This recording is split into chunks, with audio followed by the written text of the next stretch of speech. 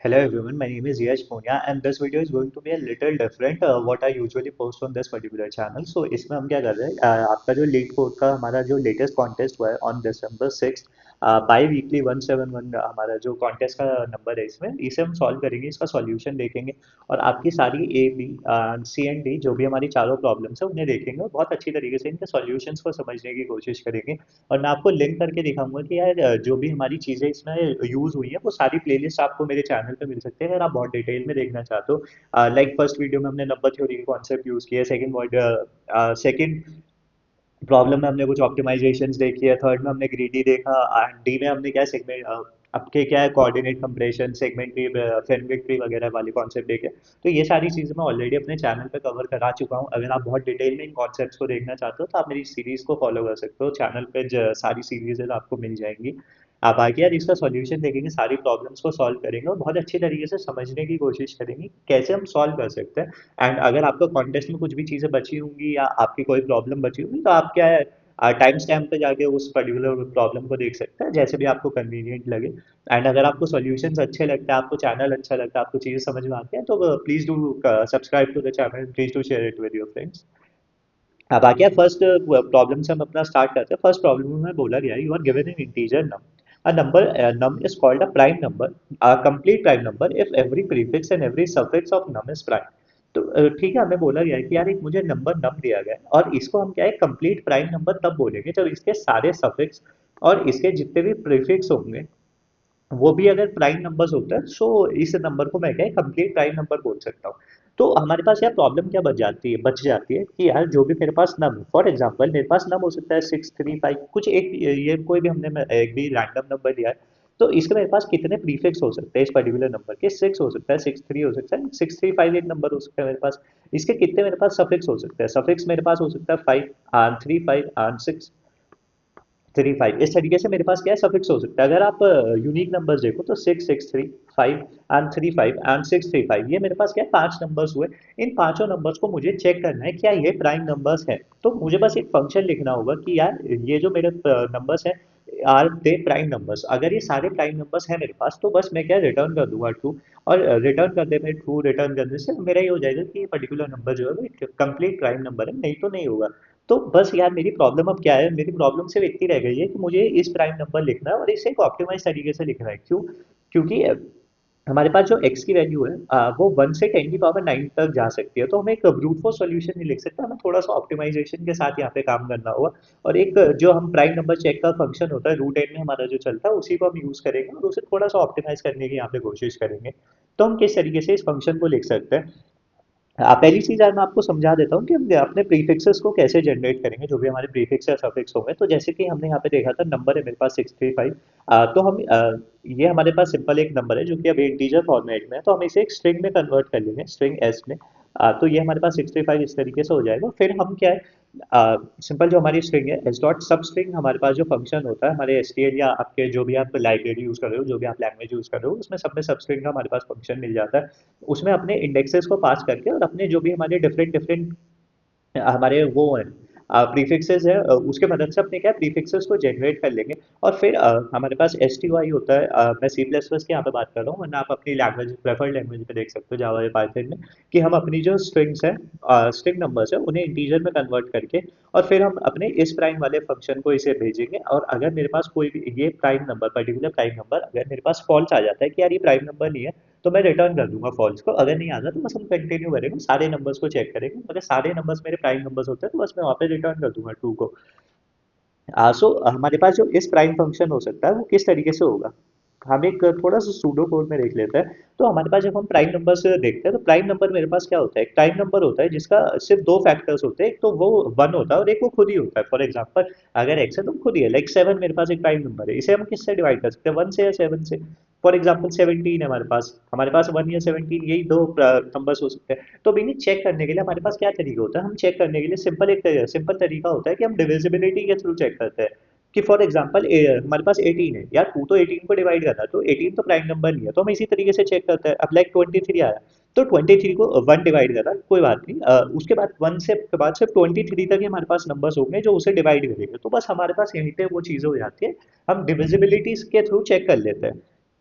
अब इस चीज़ को कैसे ऑप्टिमाइज़ किया जा सकता है, ये चीज़ तो हमें यहाँ समझ में आती है कि जो मेरा लूप होगा वो रूट एन तक ही अब चलेगा, क्योंकि जो भी मेरे पास नंबर्स होते हैं, जो भी फॉर एग्जांपल अगर हम वो लिखते हैं, हम अपने फैक्टर्स लिखते हैं फॉर एग्जांपल, बट अगर 12 के फैक्टर्स लिखो तो मेरे पास आता है 1 2 3 एंड मेरे पास, अगर हम इस तरीके से देखें कि मैं 12 को 6 टाइम 2 लिख सकता हूँ एंड 6 को मैं 3 टाइम्स 2 लिख सकता हूँ, और एक फैक्टर मेरे पास 1 हो जाता है। सो इस तरीके से हमारे पास डिफरेंट फैक्टर्स हो सकते हैं, जैसे इसके भी हमने लिखा, तो यही सारे हमारे प्राइम फैक्टर्स होंगे, और यही चीज़ हम यहाँ पे नोटिस करते हैं। बाकी अगर आप बहुत ही डेप्थ में सारी चीज़ें बहुत स्क्रैच से देखना चाहते हो तो पूरी आपके लिए सीरीज मैंने तैयार की हुई है, number theory for competitive programming, अगर आप सर्च करोगे तो उसमें मैंने ये सारी चीज़ें बहुत डिटेल में और बहुत अच्छे अच्छे कॉन्सेप्ट्स वहाँ पे कवर किए हुए हैं। जितने भी आपके एडवांस लेवल प्रॉब्लम्स हो सकते हैं वहाँ पे सब कुछ कवर्ड है, तो आप वहाँ से भी देख सकते हो। बाकी हमारे पास यही होता है, आप आपसे जो डिविजिबिलिटी चेक करते हो रूट एन तक ही करते हैं।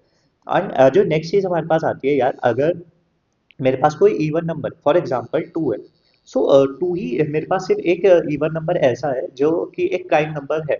उसके बाद जो भी मेरे पास इवन नंबर है उसमें कोई भी प्राइम नंबर नहीं है, क्योंकि 2 सबको डिवाइड कर रहा है, 4 कभी नहीं हो सकता, 6 कभी नहीं हो सकता, 8 कभी नहीं हो सकता। तो हम जितने भी हमारे पास इवन नंबर्स होंगे उन सबको स्किप कर देंगे, तो वहीं से हमारा सर्च स्पेस n बाय 2 हो गया, कि हमारा सर्च स्पेस और कम हो गया।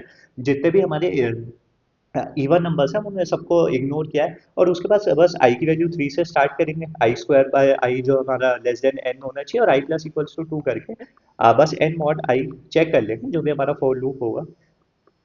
और अगर हमारे पास ये वैल्यू जीरो हो जाती है, सो बस हम हमारे पास क्या रिटर्न कर देंगे फॉल्स, कि यार ये पर्टिकुलर नंबर क्या है, प्राइम नंबर नहीं है, तो बस ये प्राइम हमारा नंबर।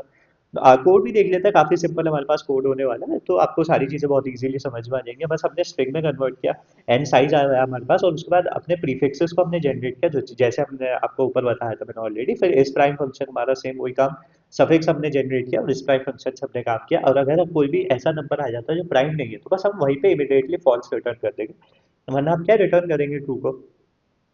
इस प्राइम फंक्शन हमारे पास क्या काम करेगा, अगर n की वैल्यू लेस देन 2 है तो रिटर्न कर देंगे फॉल्स को, उससे छोटे हमारे पास प्राइम नंबर्स नहीं होते। अगर n की वैल्यू 2 या 3 है तो रिटर्न कर देंगे ट्रू को।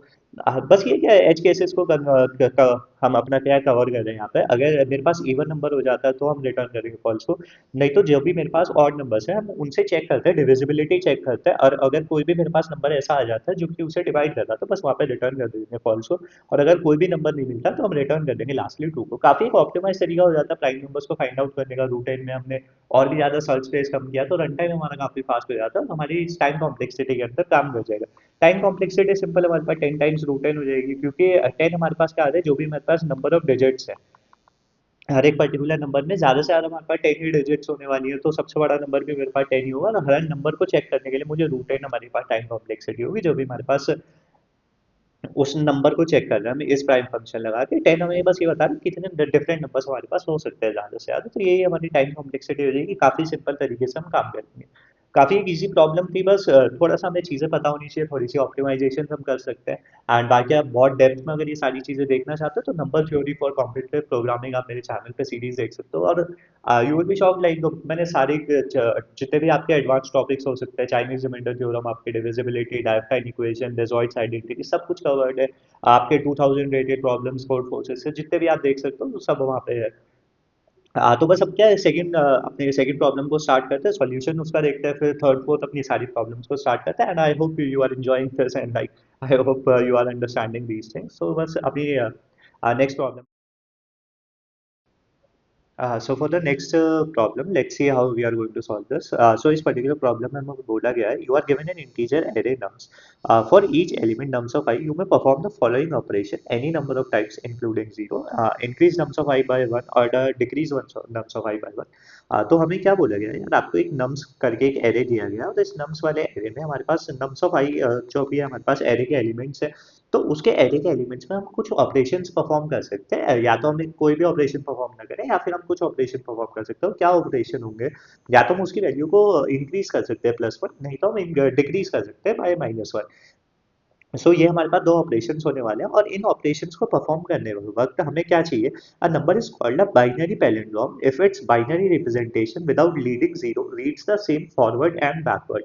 मतलब कि हमारे जो नम्स ऑफ आई है हमें उसे बाइनरी पैलिंड्रोम बनाना है। एंड बाइनरी पैलिंड्रोम क्या होता है वो मैं आपको एक्सप्लेन करूंगा। बाकी बस अभी के लिए एक बार प्रॉब्लम समझ लेते हैं कि हमें एक नम्स करके हमारा एरे दिया गया है। उसमें या तो हम हर एक एरे एलिमेंट्स में हम सिर्फ दो ऑपरेशंस को परफॉर्म कर सकते हैं। या तो हम वैल्यू को इंक्रीज कर सकते हैं बाय वन, या फिर हम डिक्रीज कर सकते हैं बाय वन। और ये करने के बाद हमें मिनिमम नंबर ऑफ ऑपरेशंस बताने होंगे जिससे कि हम एक उस नंबर को बाइनरी पैलिंड्रोम बना सके। फॉर एग्जाम्पल, जैसे कि हमारे पास 4 है, सो 4 का बाइनरी रिप्रेजेंटेशन हमारे पास हुआ 100। अब इससे जो नियरेस्ट पैलिंड्रोम है हमारे पास वो है 3 विच इज 11। तो ये मेरे पास 4 है, अगर मैं इसकी बाइनरी रिप्रेजेंटेशन से बात करूँ तो ये, और ये मेरे पास क्या है, 3 है। सो हमने क्या कितना ऑपरेशन परफॉर्म करना पड़ा, हमें -1 करके हम 3 पे पहुंच गए। और ये बाइनरी पैलिंड्रोम किस तरीके से, पैलिंड्रोम की अब यार डेफिनेशन सीधी सी पता होती है यार। पैलिंड्रोम मेरे पास क्या है, एक ऐसा नंबर जो लेफ्ट से भी और राइट से भी इक्वल होता है। मतलब कि अगर मेरे पास कोई नंबर है 101 0, so these numbers are equal, these digits are equal, this this is equal. So इसे हम एक क्या पैलिंड्रोम बोल देते हैं, जो लेफ्ट से और राइट से दोनों तरफ से रीड करने पे सेम होता है हमारे पास। तो इस तरह के नंबर्स को या इस तरह के स्ट्रिंग्स को हम क्या पैलिंड्रोम बोल देते हैं। और बाइनरी पैलिंड्रोम क्या हुआ, एक बाइनरी रिप्रेजेंटेशन, मतलब एक ऐसी स्ट्रिंग बोल दो या एक ऐसा नंबर बोल दो जिसमें कि 0 और 1 ही हमारे पास होगा, तो उसे हम बाइनरी पैलिंड्रोम बोल देंगे। तो अब जो भी हमारे पास नंबर है, फॉर एग्जांपल 4 था, इसकी बाइनरी रिप्रेजेंटेशन हमारे पास 100 है, जो कि ऑब्वियसली एक बाइनरी पैलिंड्रोम नहीं है, क्योंकि यहाँ पर हमारे पास 1 है, यहाँ पर हमारे पास 0 है, तो एक बाइनरी पैलिंड्रोम तो हमारे पास नहीं है। नेक्स्ट हमारे पास अगर हम नियरेस्ट बाइनरी पैलिंड्रोम इसका देखें तो हमारे पास 3 आता है, विच इज सिंपली 1,1, विच इज 1 1। तो ये हमारे पास क्या हुआ, सिंपल हमारे पास बाइनरी पैलिंड्रोम होगा जिसे हम -1 करके, मतलब कि एक ऑपरेशन परफॉर्म करके वहां पे जा सकते हैं इजीली। एंड नेक्स्ट हमारे पास क्या होता था, अगर हम +1 करके 5 जाते, सो वो 101 हुआ हमारे पास। तो ये एक पर्टिकुलर नंबर जो है हमारे पास, ये तो बाइनरी पैलिंड्रोम नहीं हुआ हमारे पास। नहीं सॉरी, ये भी हमारे पास बाइनरी पैलिंड्रोम है, थोड़ा फास्ट बोल गया। तो हम क्या है, या तो +1 कर लेते हैं, -1 कर लेते हैं, हम 4 से या तो 5 पे चले जाते हैं या फिर हम 3 पे चले जाते हैं, दोनों में हम -1 या +1 एक ऑपरेशन परफॉर्म करके उसे बाइनरी पैलिंड्रोम बना देते। तो इससे हमारे पास सॉल्यूशन आया। और यही चीज करने से यार हमारा एक इंट्यूशन हमारे पास यहाँ पे आ जाना चाहिए कि यार मैं इसे सॉल्व कैसे कर सकता हूँ, क्योंकि मुझे एक एफिशिएंट एल्गोरिथम चाहिए। मुझे हर एक नम्स ऑफ एलिमेंट जो मेरे पास नम्स ऑफ एरे है उसमें एलिमेंट है, उसकी चीजें देखनी है। और यहाँ पर अगर आप कंस्ट्रेंट्स की बात करें तो नम्स ऑफ आई की वैल्यू ज्यादा से ज्यादा 5000 तक हमारे पास जा सकती है। तो इस चीज का भी हमें ध्यान देना होगा कि यार नम्स ऑफ आई की वैल्यू मेरे पास थोड़ी सी कम दी गई है। तो अब ये जो जितनी भी हमारी अब तक नॉलेज हमारी ग्रास्प हुई है, इस सारी नॉलेज से हम क्या कर सकते हैं, क्या क्या क्या हमारे पास नॉलेज हुई है कि यार 4 का सोल्यूशन लाने के लिए मैंने उससे क्या है, उसका नियरेस्ट पैलिंड्रोम ढूंढने की कोशिश की कि उसका जो भी नियरेस्ट पैलिंड्रोम है वो क्या हो सकता है मेरे पास। और क्योंकि यार अब नम्स ऑफ आई की वैल्यू क्या है मेरे पास कम है, तो एक चीज ये भी मेरे पास हो सकती है। पर अगर मैं इसे एक ब्रूट फोर्स तरीके से देखता हूँ, तो यार ब्रूट फोर्स से तो काफी मेरे पास एक क्या है, बहुत एक ऑप्टिमल सॉल्यूशन तो नहीं रहेगा, क्योंकि मुझे सारे एलिमेंट्स को भी चूज करना है, क्यों तो मेरे पास एन तो वैसे ही आ गया। और अगर मैं दोबारा से एन टाइम में ही उसके नियरेस्ट पैलिंड्रोम को ढूंढने लगूँ, फॉर एग्जांपल एक वर्स्ट केस में हमारे पास मुझे एन विजिट्स ही करनी पड़ गई, एन नंबर ऑफ ऑपरेशन ही करने पड़ेगा, और एन से ज्यादा भी मेरे पास ऑपरेशन हो सकते हैं। तो वो तो हमारे पास यार टाइम लिमिट एक्सीड हो जाएगा, तो एक एफिशिएंट एल्गोरिथम हमें यहाँ पे चाहिए होगी।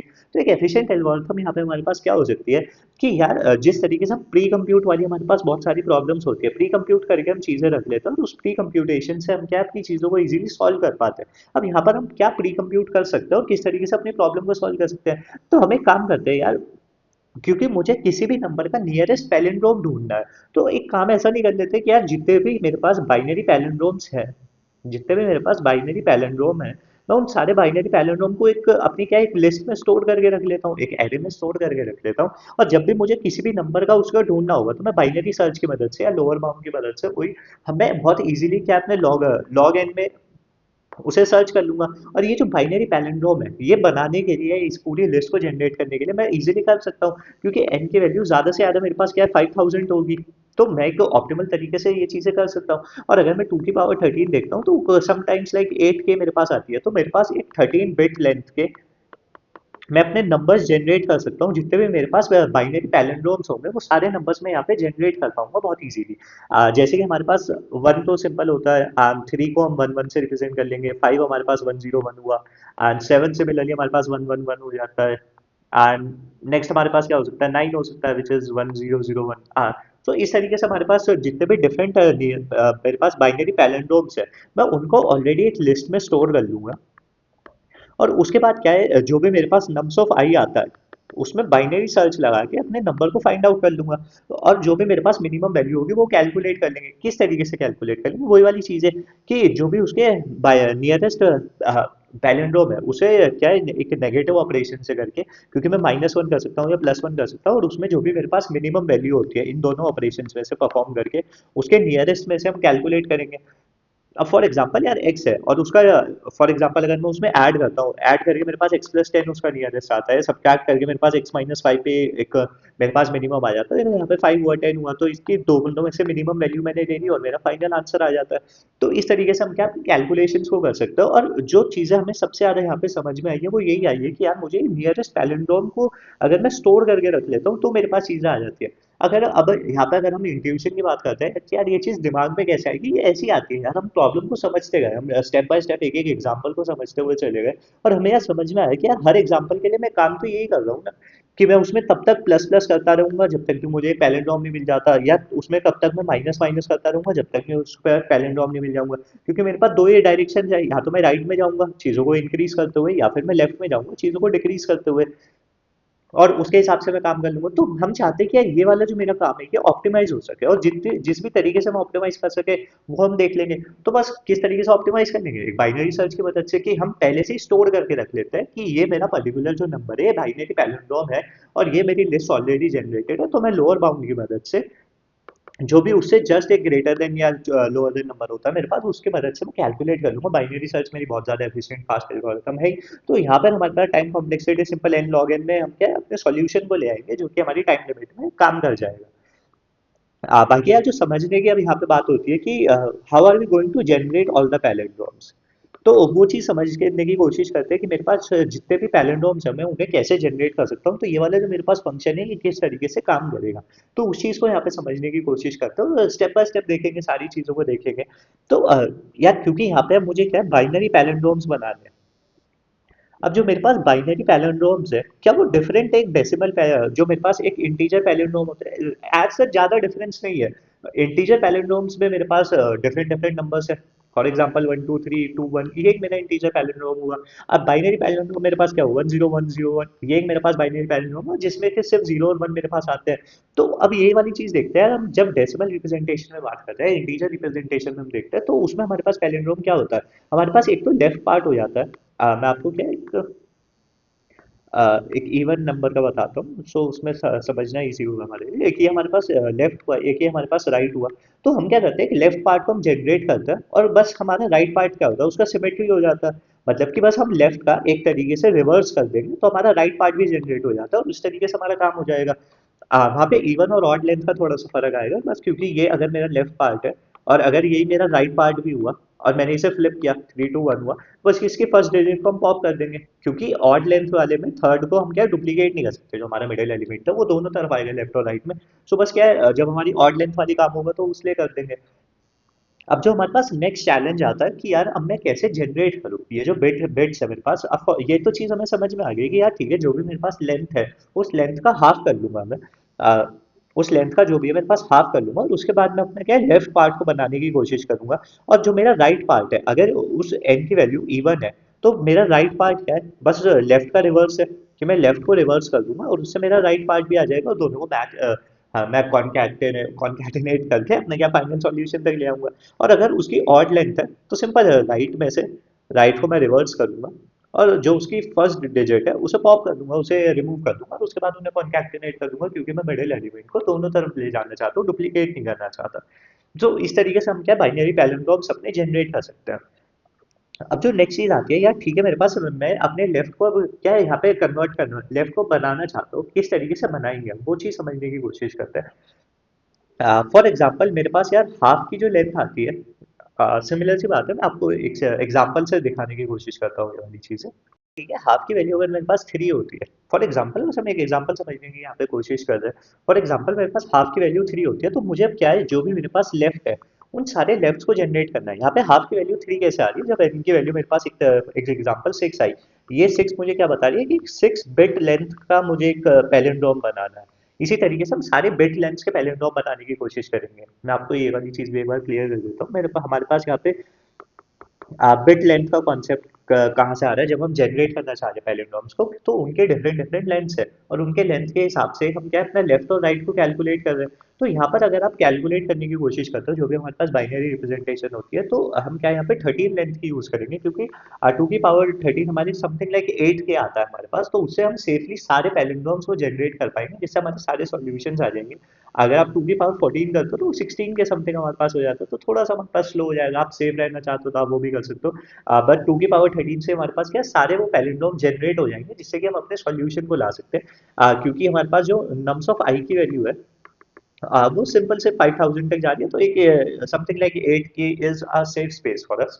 तो इसीलिए हमारे पास बिट लेंथ हुई, तो हम 1 2 3 4 5 and 6 up to and so 13 तक की सभी की बिट लेंथ में बनाने की कोशिश करेंगे जितने भी हम बाइनरी पैलिंड्रोम्स बना सकते हैं। हम क्या लेंथ के हिसाब से बाइनरी पैलिंड्रोम यहाँ पे बनाने की कोशिश कर रहे हैं। फॉर एग्जांपल यहाँ पे हम 6 लेंथ के जो भी हमारे पास बाइनरी पैलिंड्रोम्स है वो बनाने की कोशिश कर रहे हैं। तो यहाँ पे हाफ की वैल्यू मेरे पास कितनी हुई, 3 हुई। तो मैं क्या है इस हाफ में लेफ्ट की वैल्यूज को क्रिएट करने की कोशिश करूंगा जितने भी मेरे पास लेफ्ट हो सकते हैं, और उसके हिसाब से मैं राइट को इजीली कैलकुलेट कर ही लूंगा जो भी है उन्हें बस हाफ करके सिमेट्री में रिवर्स करके। और ऑड और इवन वाली चीज मैंने आपको ऑलरेडी बता दी कैसे हम काम करेंगे ऑड और इवन वाली चीज से। सो इस तरीके से मेरे पास क्या लेफ्ट हाफ और राइट हाफ आ जाता है। अब ये जो जनरेट पैलिंड्रोम्स वाला काम है इसमें जो लेफ्ट हाफ है अब ये मुझे जनरेट करना है यार, ठीक है मेरे पास बिट लेंथ 3 है, मतलब ये जो मेरे पास स्ट्रिंग की लेंथ 3 होने वाली है। तो इसमें मैं कैसे जनरेट करूंगा वो सारी स्ट्रिंग्स जिनकी लेंथ 3 है और जो मेरे लिए रीजनेबल होगी। अब फॉर एग्जांपल यार आप अगर आप यहाँ से देखते हो ध्यान से, तो मेरे पास 3 लेंथ में मेरे पास 2 की पावर 3 बिट रिप्रेजेंटेशन में बिट नंबर्स बनाए जा सकते हैं। 2 की पावर 3 नंबर्स मेरे पास यहाँ पे बनाए जा सकते हैं, like which is simply zero, 1 2 3 4 5 6 7 8 6 7। इस तरीके से मेरे पास सारे नंबर्स जनरेट किए जा सकते हैं। बाइनरी रिप्रेजेंटेशन आप देख सकते हो, लाइक ये सारी आपको पता है। इस तरीके से हम क्या है सारी जो भी मेरे पास 3 लेंथ के चीजें होंगी वो हम बना सकते हैं। तो आपने यार एंड देखा कि यार मेरे पास एंड जो है वो 1 1 1 मेरे पास आ रहा है, तो ठीक है यार। और उससे पहले अगर आप देखो 3 मेरे पास 1 1 है, 4 मेरे पास 1 0 0 एंड 5 मेरे पास क्या है सिंपली 1 0 1 है एंड 6 1 1 0। तो इस तरीके से मेरे पास सारे जो नंबर्स है वो मेरे पास है।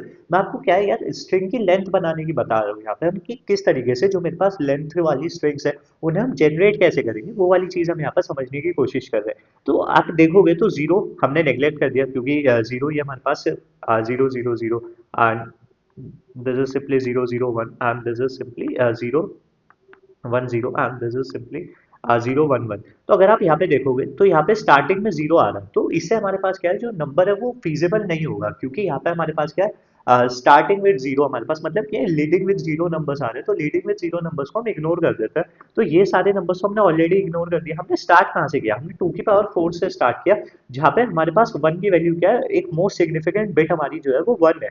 जब हमारी मोस्ट सिग्निफिकेंट बिट 1 हो जाती है तो हम स्टार्ट वहां से कर रहे हैं, तो मतलब कि हमने जनरेट करनी स्ट्रिंग अपनी स्टार्ट किया 4 से और हमने एंड किया 7 पे। यहाँ पर आप क्या है 8 बोल सकते हो कि हमने 8 पे एंड किया, क्योंकि 8 ही हमारे पास क्या है एक वो नंबर्स होगा जिसकी लेंथ क्या है हाफ प्लस 1 होगी। ठीक है हाफ प्लस 1 है मतलब कि इससे लेस देन तक हम चले जाएंगे, जैसे हम ऑलरेडी चीजों में रहते हैं कि हम इसके लेस देन तक जाएंगे, तो हमारा स्टार्ट और एंड यहाँ से आ गया। अब ये स्टार्ट और एंड कैलकुलेट करने के लिए ये कैसे कैलकुलेट हुआ, ये सिंपल जब मेरे पास एंड की वैल्यू 3 थी हाफ की वैल्यू 3 थी, तो आप ध्यान से देखोगे दिस इज सिंपली 2 की power 3 - 1 and this is simply 2 की पावर 3 एंड ये हमारे पास क्या आ जाता है 2 स्क्वायर एंड 2 की पावर 3, जिससे कि हमारे पास 4 और 8 ये दोनों नंबर्स आ जाते हैं। सो जब भी हमने हाफ कैलकुलेट कर लिया उसके बाद जितने भी मेरे पास लेफ्ट की स्ट्रिंग्स हो सकती थी उसका स्टार्ट और एंड कैलकुलेट करने के लिए मेरे पास 2 की पावर जो भी मेरे पास k - 1 है एंड 2 की पावर k, इससे मेरे पास स्टार्ट और एंड आ जाता है कि इसके बीच के जो भी मेरे पास नंबर्स है उनकी बाइनरी रिप्रेजेंटेशन जो है वो उनकी बिट की लेंथ क्या है मेरे पास 3 होगी, और उन सभी को मैं क्या अपना लेफ्ट मान के काम करूंगा और उसका फिर राइट कैलकुलेट करूंगा और फिर सारे काम मेरे पास होंगे। तो इस तरीके से हम क्या लेफ्ट और राइट कैलकुलेट करेंगे एंड ये वाली चीज आई होप आपको समझ में आई होगी क्यों हमने ये वाली चीज की और किस तरीके से हम इस कंक्लूजन तक पहुंचे। अगर आप बिट मैनिपुलेशन में थोड़े से आप एफिशिएंट होगे तो आपके लिए काफी इजी चीज ही होगी। हमने बस यहाँ पे क्या किया है अपनी मोस्ट सिग्निफिकेंट बिट हमने एक ऐसी फाइंड आउट की है जिसमें कि मेरे पास स्टार्टिंग नंबर्स मेरे पास 1 होना चाहिए, वो सिग्निफिकेंट बिट का स्टार्टिंग नंबर 1 होना चाहिए, जिससे कि जो भी मेरे पास लीडिंग जीरो वाले नंबर्स थे उन सभी को मैं इग्नोर करके आगे बढ़ सकूं और एक अपने ऑप्टिमल सॉल्यूशन तक पहुंच सकूं और ये अपने जितने भी मेरे पास लेफ्ट हो सकते थे वो जनरेट कर सकूं।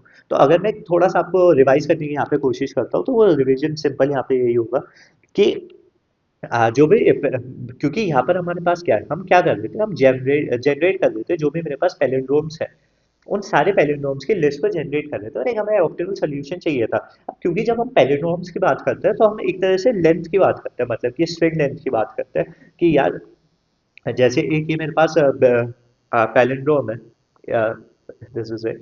सो इसका एक लेफ्ट पार्ट है मेरे पास, एक मेरे पास इसका राइट पार्ट है।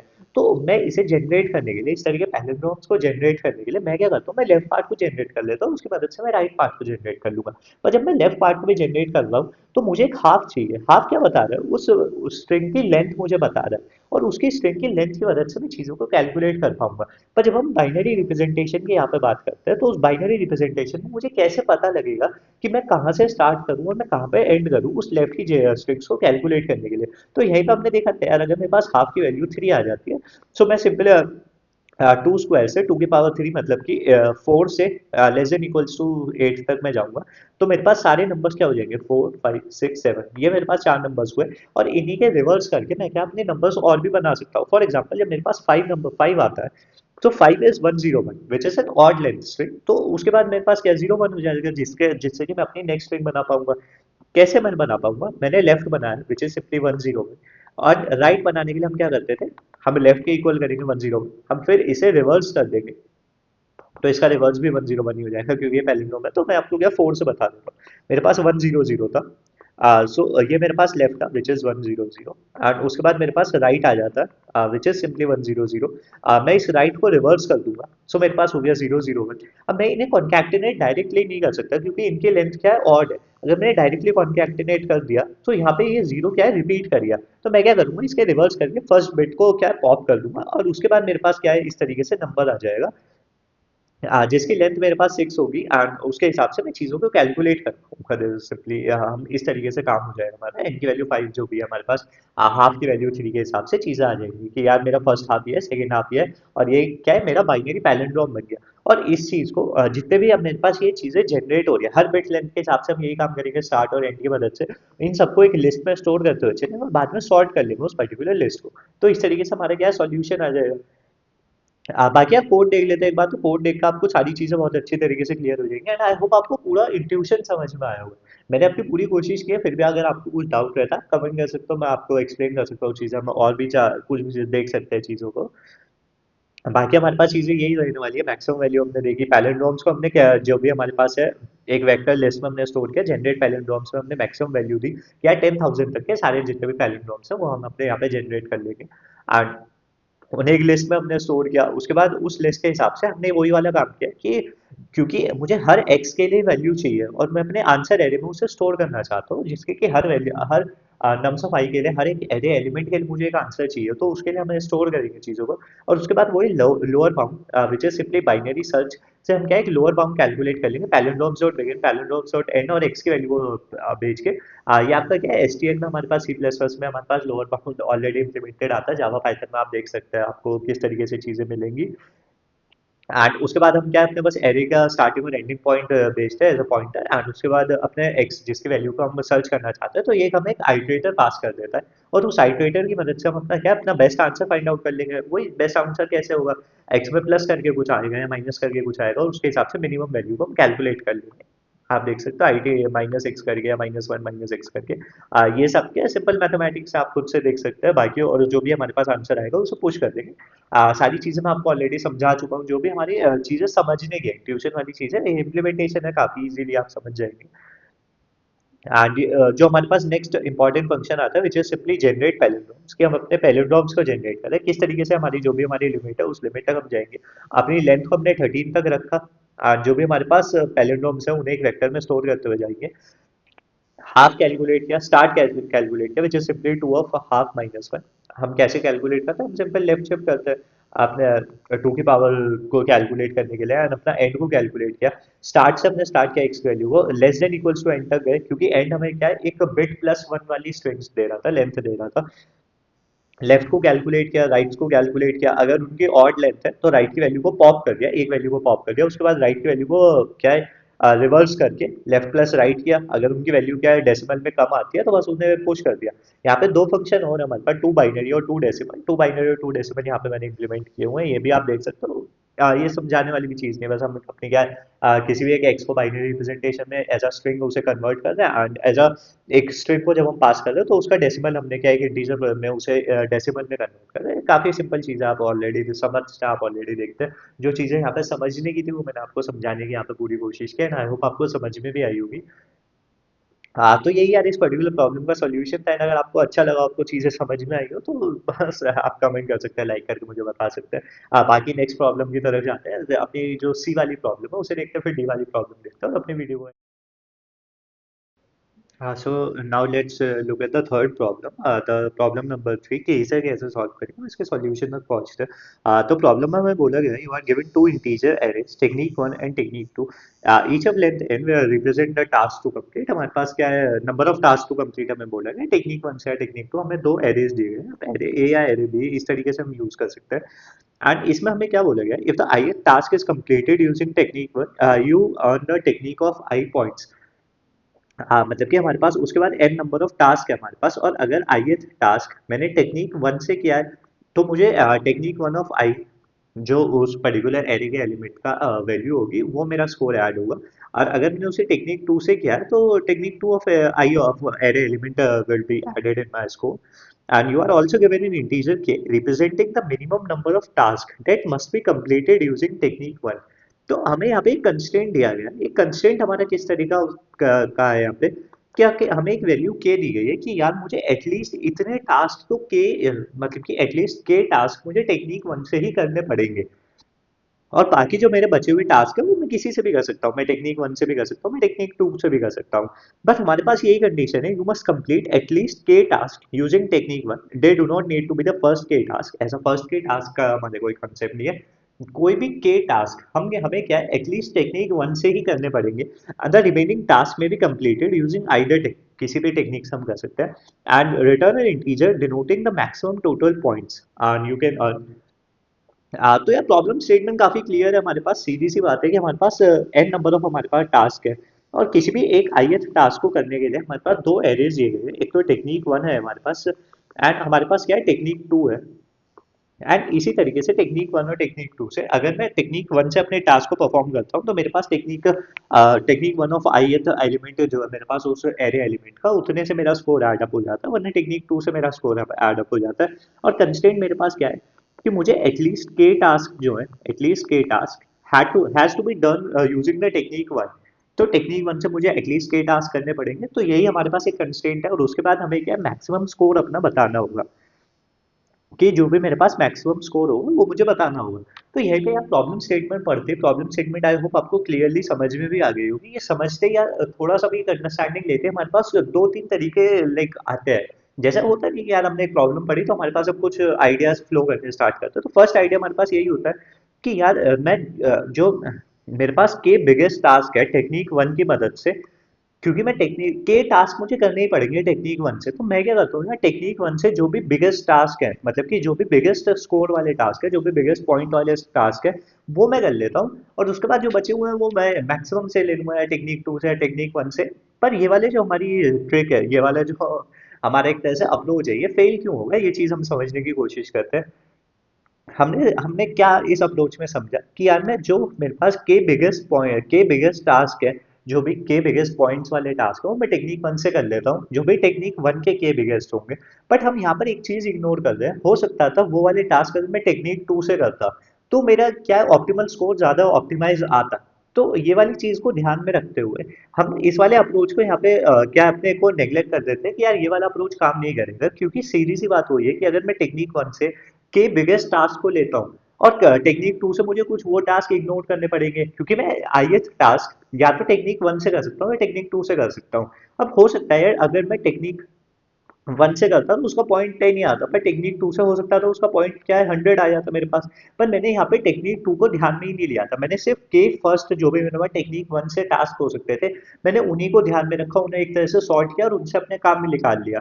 तो बट वो टेक्निक टू से करने से मेरे पास ज्यादा ऑप्टिमल तरीके से चीजें हो सकती थी, तो यहाँ पे हमारा क्या है आंसर, रॉन्ग आंसर हमारे पास आएगा, चीजें फेल होंगी। तो एक ये वाला अप्रोच हम यहाँ पे क्या अपना इग्नोर करके आगे बढ़ सकते हैं। सेकंड अप्रोच जो हमारे पास यार आइडिया आता है कि यार यहाँ पे मैं डीपी लगा सकता हूँ। मैं डीपी किस तरीके से लगा सकता हूँ, क्योंकि हमने क्या है डीपी इस तरह की स्टेट्स में देखी है कि यार मैं डिफरेंट डिफरेंट स्टेट्स में डीपी लगा सकता हूँ। किस तरह की हमारे पास यहाँ स्टेट होगी कि यार जो मेरे अभी तक आईएथ टास्क है उन्हें मैं टेक्निक फर्स्ट से यूज करने के बाद या टेक्निक टू से यूज करने के बाद क्या मेरा मैक्सिमम स्कोर बनता है। तो अगर यहाँ पर आप देखोगे तो हम क्या स्टोर करेंगे DP of I and use of one, कि मैंने कितनी टेक्निक यूज वन से शॉर्ट कर ली है एंड कितने मेरे पास आई टास्क है, मतलब कि DP of I and used I, ये हमारी डीपी की स्टेट यहाँ पे होने वाली है।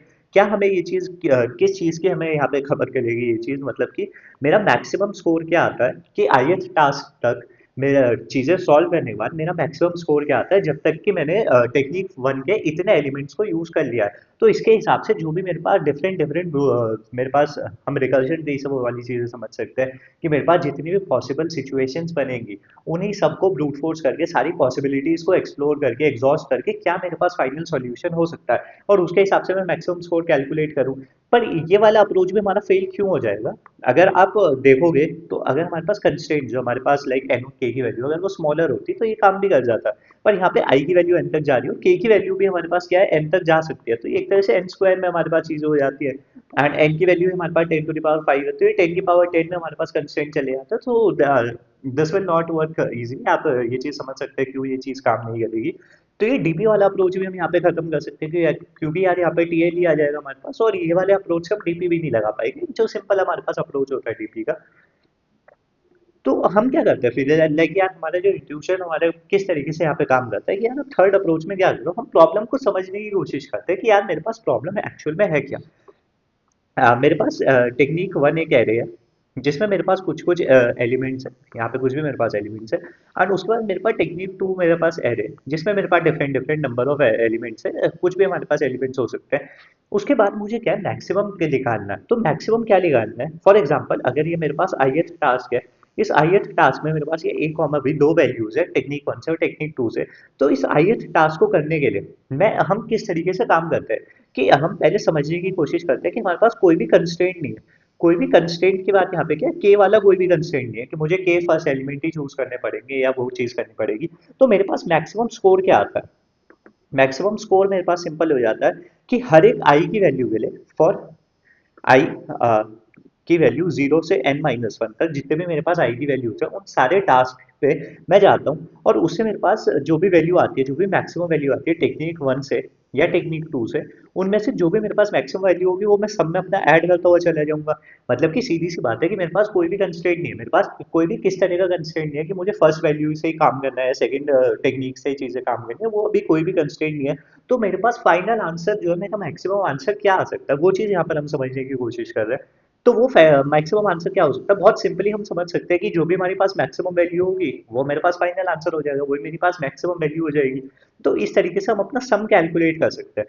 तो हम एक इस तरीके की चीज को बोले तो हम इसे क्या एक बेस सम बोल सकते हैं। यार इतना तो मेरे पास मैक्सिमम वैल्यू आएगी, इससे बड़ी मैक्सिमम वैल्यू तो जा ही नहीं सकती क्योंकि यहाँ पे हमने कोई भी कंस्ट्रेंट की बात ही नहीं की है। बट क्योंकि प्रॉब्लम में हमारे पास कंस्ट्रेंट है, सो अगर हम ऐड करते हैं कंस्ट्रेंट के को, तो अब इस कंस्ट्रेंट के को ऐड करने के बाद आप एक चीज समझने की कोशिश कीजिए हमारे पास दो तरह के केसेस बन सकते हैं। अगर किस तरीके के केसेस बन सकते हैं, फॉर एग्जाम्पल अगर मैं काउंट कर लेता हूँ, count number of task we did using technique one. जो भी हमने ये बेस सम बनाया था, इस बेस सम को हमने किस तरीके से बनाया था, हमने कंस्ट्रेंट्स का यहाँ पे कुछ भी ध्यान नहीं रखा था।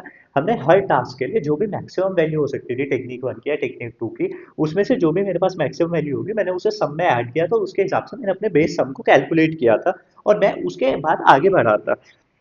अब इस चीज को यार ऑप्टिमाइज करने के लिए अब जब मेरे पास कंस्ट्रेंट आया कि यार अब मुझे के की वैल्यू भी ऐड करनी है कि यार मुझे के टास्क क्या है टेक्निक वन से ही यहाँ पे करने होंगे, तो हम यहाँ पे क्या करते हैं कि यार आप काउंट कर लो कि इस बेस सम को कैलकुलेट करते वक्त हमने कितने टास्क टेक्निक वन से किए हैं। तो अगर मेरी काउंट की वैल्यू यहाँ पर ये जो मेरे पास काउंट की वैल्यू है, अगर ये काउंट की वैल्यू ग्रेटर देन के हो जाती है, greater than equals to k हो जाती है, इससे मेरे पास क्या मतलब आया कि यार मैं टेक्निक वन के ऑलरेडी के टास्क ऑलरेडी जो मेरे के टास्क है वो टेक्निक वन से मैं ऑलरेडी कर चुका हूँ। तो बस यहाँ पे मेरा आंसर क्या हो जाएगा, बेस सभी मेरे पास आंसर हो जाएगा, जो भी मैंने अभी तक मैक्सिमम वैल्यू कैलकुलेट की थी वही मेरा यहाँ पे आंसर हो जाएगा। और इस चीज में हमें कुछ भी ध्यान देने की जरूरत नहीं होगी क्योंकि ये चीज हमें ऑलरेडी बता रही है कि यार क्योंकि मैं काउंट में क्या बता रहा है कि टेक्निक वन से मैंने कितने टास्क किए, और मुझे के क्या बताते हैं कि यार एटलीस्ट के टास्क जो है वो मुझे टेक्निक वन से करने थे, और काउंट की वैल्यू अगर उससे बड़ी है तो बस मैं बेस सम को क्या रिटर्न कर दूंगा। बट हमारे पास जो चैलेंज आएगा वो तब आएगा जब काउंट की वैल्यू क्या है मेरी के से कम होगी। काउंट की वैल्यू के से कम होने पर हमारे पास क्या चैलेंज आएगा उसे ध्यान में रखते हैं। पहले मैं आपको एक बार दोबारा से ही चीजें बता देता हूँ। के मुझे क्या बता रहा है कि at least k task has to be done has to be done using technique one से एटलीस्ट के टास्क मुझे करने होंगे, और काउंट मुझे बता रहा है कि how many task how many task we did using technique one. अपने बेस सम को कैलकुलेट करने के लिए एक मैक्सिमम जो मेरा बेस सम है, बेस सम मुझे क्या बता रहा है कि यार इससे बड़ी मैक्सिमम वैल्यू मेरे पास नहीं आ सकती। उसे कैलकुलेट करने के लिए काउंट मेरे पास टेक्निक वन मैंने कितनी यूज कर ली है, और अगर उसकी वैल्यू कम होती है तो अब मेरे पास नीड आती है यहाँ पे कि यार मुझे कितनी और टेक्निक वन के टास्क परफॉर्म करने पड़ेंगे। वो सिंपली के माइनस काउंट से मेरे पास आ जाएगी नीड की वैल्यू कि यार मुझे एटलीस्ट के तो करने थे, और काउंट मैंने किया ना, काउंट की वैल्यू कम है। फॉर एग्जाम्पल वो ये कि यार मुझे एटलीस्ट 10 तो करने थे, और काउंट मुझे बता रहे कि यार आपने 7 ही अभी तक किया है। तो मुझे नीड यहाँ से हो जाएगी कि यार मुझे 10 - 7 = 3, कि यार मुझे 3 टास्क और अभी करने होंगे टेक्निक वन से। यहाँ से हमने नीड को कैलकुलेट किया, यार ठीक है मुझे इतने टास्क और परफॉर्म करने होंगे। अब इन्हें परफॉर्म करने के लिए हम क्या हमारा ऑप्टिमल तरीका हो सकता है। ये चीज हमें क्या बता रही है कि जो भी टास्क मैंने नहीं किया है, मतलब कि वो मैंने टेक्निक टू से किया है, और टेक्निक टू से मैंने क्यों किए होंगे क्योंकि टेक्निक वन की वैल्यू यहाँ पे कम हुई होगी। यहाँ पे मतलब कि मैं आपको ओरिजिनली बताना चाहता हूँ, जब हम बेस सम को कैलकुलेट कर रहे थे तो टेक्निक टू से हमने कुछ टास्क परफॉर्म किए थे। But but now but now we want to do them using technique one से हम उन टास्क को परफॉर्म करना चाहते हैं, टेक्निक वन टू से हमने किए थे। तो यहाँ पर हम हमारे पास कुछ लॉस होएगा। क्या हमारे पास लॉस होएगा? सीधी सी बात है, technique two of i minus technique one of i, कि उन टास्क को अगर मैं टेक्निक आई टू से कर रहा था तो मेरे पास क्या वैल्यू आ रही थी, और जब मैं टेक्निक वन से करूंगा तो मेरे पास क्या वैल्यू आएगी। उससे मेरे पास लॉस ऑफ आई पता लग जाएगा कि यार कितना उस टाइम पे मेरे पास लॉस होता है। आई होप ये वाली चीज भी आपको समझ में आई होगी किस तरीके से हम लॉस कैलकुलेट करते हैं। क्योंकि जब मैंने बेस सम कैलकुलेट किया था उसमें मेरा काउंट मुझे बता रहा था कि यार मैंने टेक्निक वन से कितने टास्क परफॉर्म किए, पर वो काउंट जो है वो के से कम है, पर मुझे एटलीस्ट के तो टास्क परफॉर्म करने हैं। तो जो बचे हुए मेरे पास टास्क है वो मतलब मैंने टेक्निक टू से किए हुए हैं। यहाँ से मुझे पता लगता है कि यार वो टास्क तो मैंने टेक्निक टू से किए हुए हैं।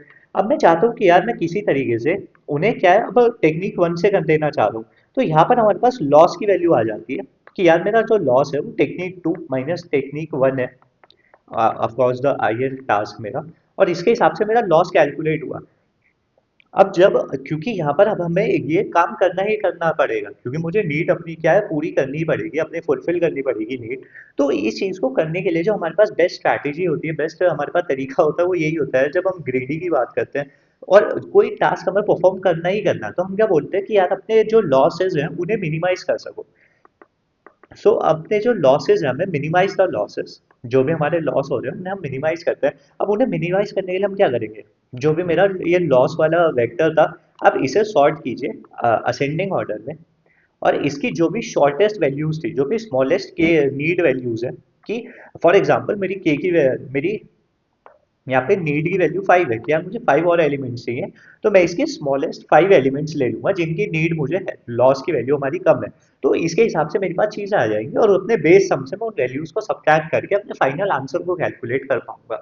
जो भी मेरे पास पेनल्टी होगी या जो भी मेरे पास लॉस होगा उस हिसाब से चीजों को कैलकुलेट करूंगा। आपको इम्प्लीमेंटेशन में चीजें बताऊंगा तो आपको और अच्छी तरीके से क्लियर होगी। तो यही हमारी यार ग्रेडी स्ट्रैटेजी थी कि हमने क्या चीज इसमें ग्रेडीली समझी और आगे बढ़े हम, कि हमने किस तरीके से अपने लॉसेस को मिनिमाइज किया। तो यहाँ पर आप सोच सकते हैं कि यार मैं सॉर्टिंग जो की, मैंने जब टेक्निक वन पे सॉर्ट करने की कोशिश की तो मेरे पास गलत आंसर क्यों आया। मैंने जब डीपी से करने की कोशिश की तो मेरे पास गलत आंसर क्यों आया।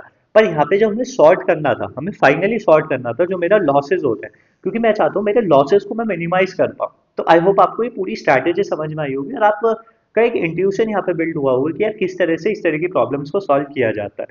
And I just want to inform कि यार अगर आप ग्रीडी एल्गोरिथम्स को काफ़ी अच्छी तरीके से पढ़ना चाहते हो आपके कॉम्पिटेटिव प्रोग्रामिंग के हिसाब से और आपके सिंपल आपके डीएसए वगैरह के हिसाब से भी, जिससे कि आपका इंट्यूशन भी काफ़ी अच्छा बिल्ड हो, अगर आप तो आप क्या मेरे चैनल पे देख सकते हो ग्रीडी एल्गोरिथम्स करके मैंने आपकी पूरी प्लेलिस्ट बनाई हुई है, लाइक 19-20 वीडियोस है उसमें, आप पूरा मैंने बेसिक से एडवांस तक आपको सारी चीज़ें बताई है, मैथमेटिकल प्रूफ्स तक आपको मैंने बताया है कि कैसे हम मोनो अपने इनवेरिएंट्स एंड मोनोवेरिएंट्स की मदद से अपनी ग्रीडी के एक्चुअल मैथमेटिकल प्रूफ्स डिराइव करते हैं और क्यों वो चीज़ें ज़रूरी होती हैं और उससे इंट्यूशन किस तरीके से बिल्डअप होता है, सो वो सारी चीज़ें आप देख सकते हो, आप कमेंट्स वगैरह पढ़ोगे तो काफ़ी पॉजिटिव आपको चीज़ें वहाँ पे भी दिख जाएंगी, कैसे लोगों को इस चीज़ ने हेल्प किया है, एंड आप उसे फॉलो करके अपनी ग्रीडी स्ट्रैटेजीज की जो भी आपकी टेक्निक्स होती है उन्हें अपने क्या स्ट्रॉन्ग बना सकते हैं, आप चैनल पे एक्सप्लोर करोगे आपको वो सारी चीज़ें मिल जाएंगी। एंड बाकी यार अब कोड देख लेते हैं एक बार कि हमारी इम्प्लीमेंटेशन किस तरीके से थी इस पर्टिकुलर प्रॉब्लम की, तो इम्प्लीमेंटेशन हमारी सिंपल ही थी, हमारी टेक्निक वन एरे दिया गया है, टेक्निक टू एरे दिया गया है, के की वैल्यू दी है, ठीक है, एन की वैल्यू से हमने क्या अपने चीज़ें निकाल ली, बेस सम कैलकुलेट किया, बेस सम हमारे कैसे कैलकुलेट हो रहा है, एक मैक्सिमम वैल्यू सम की जिसमें हमने कंस्ट्रेंट को ध्यान में ही नहीं दिया, वो हमारे पास आता है, काउंट वन हमें क्या बता रहे हैं कि टेक्निक वन को हमने कितनी बार यूज किया, और लॉसेज हमारा वेक्टर कि हमारे पास कितने लॉसेज हो रहे हैं वो चीज़। फिर हर एक टास्क के लिए, हर एक आई टास्क के लिए हम क्या कर रहे हैं, अगर मेरी टेक्निक वन की वैल्यू ज्यादा है तो मैं अपने बेस सब में क्या है टेक्निक वन की वैल्यू को डाल दूंगा, काउंट की वैल्यू को प्लस प्लस कर दूंगा, क्योंकि मुझे यहाँ से पता लग रहा है कि टेक्निक वन मैंने यूज की है, और अगर मैंने टेक्निक वन यूज नहीं की है तो मतलब वहां पे मैंने टेक्निक टू यूज की है, तो बेस सब में मैंने टेक्निक टू की वैल्यू को ऐड किया और लॉसेज में मैंने पुश कर दिया अपने technique two of i minus technique one of i से, क्योंकि यहाँ पे मैंने टेक्निक टू यूज की है और हो सकता है कि ये जाके आगे जाके मुझे यूज करनी पड़े यहाँ पे टेक्निक वन, तो इसीलिए मैंने क्या अपने लॉसेस वाले वेक्टर में इस वैल्यू को ऑलरेडी स्टोर कर दिया है जिससे कि मुझे लॉसेस का पता लग सके। एंड अगर मेरे काउंट की value greater than equals to k हो जाती है, मतलब कि मैं ऑलरेडी अपने जितने भी मुझे एटलीस्ट के वैल्यूज के मुझे वो यूज करने थे अपनी टेक्निक वन के, वो मैं ऑलरेडी यूज कर चुका हूँ, तो बस वहीं पे मैं अपना रिटर्न कर दूंगा जो भी मेरा बेस सम होगा, नहीं तो मैं नीड को कैलकुलेट करूंगा कि यार मुझे अभी कितनी और नीड है, अपने एलिमेंट्स की कितनी और नीड है, अपनी नीड से मैंने क्या चीज़ों को निकाला, सॉर्ट किया अपने लॉसेस को,